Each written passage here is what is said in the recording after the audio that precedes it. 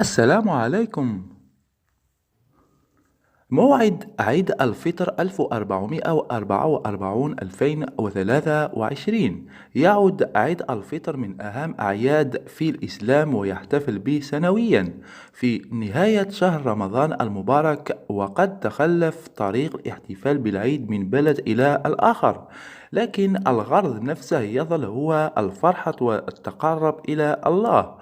في هذا التدوين سنلقي نظرة على موعد عيد الفطر والأبراز الممارسة المشهورة خلال هذا الحادث المبارك.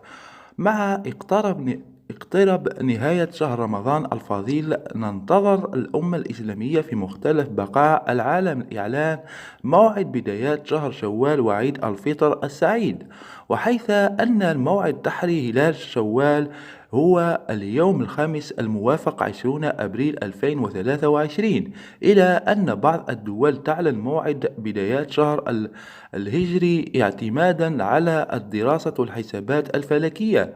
قال المعهد الرصد الجوي الخامس أن إمكانية رؤية الهلال الفطر المبارك في تونس ستكون صعبة بعد غروب الشمس اليوم الخامس المقابل، الذي يوافق 20 أبريل 2023، وذلك رغم مكوث الهلال بعد غروب الشمس بحوالي 33 دقائق.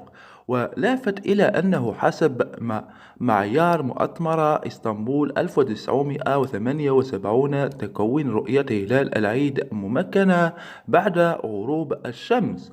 والسلام عليكم.